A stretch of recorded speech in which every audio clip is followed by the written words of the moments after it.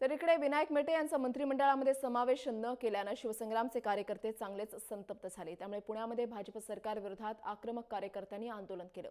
स्वारगेट चौकामध्ये भाजपचा निषेध करत घोषणाबाजी केली गेली, तर पंकजा मुंडेंविरोधातही घोषणाबाजी करण्यात आली।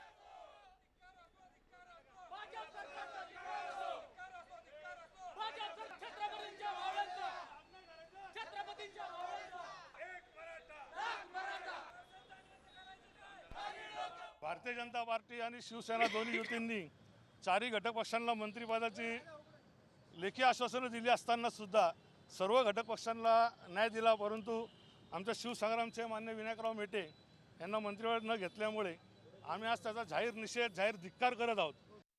आम्हाला जे तुम्ही आश्वासन दिले त्याप्रमाणे आम्हाला तुम्ही कॅबिनेट मंत्रिपदच देणं अपेक्षित होतं आणि स्वर्गीय मुंडे साहेबांनी आम्हाला शब्द दिला होता। त्यानंतर वेळोवेळी सगळ्या नेत्यांनी आम्हाला शब्द दिला आणि आम्ही त्यांचं प्रामाणिकपणे काम केलं। यापुढे काय करणार? यापुढं आमचे नेते आमदार विनायकराव मेटे साहेब आम्हाला सूचना करतील, त्यांच्या मार्गदर्शनानुसार। आत्ता भावना आमच्या प्रचंड तीव्र आहेत महाराष्ट्रातल्या सर्व कार्यकर्त्यांच्या।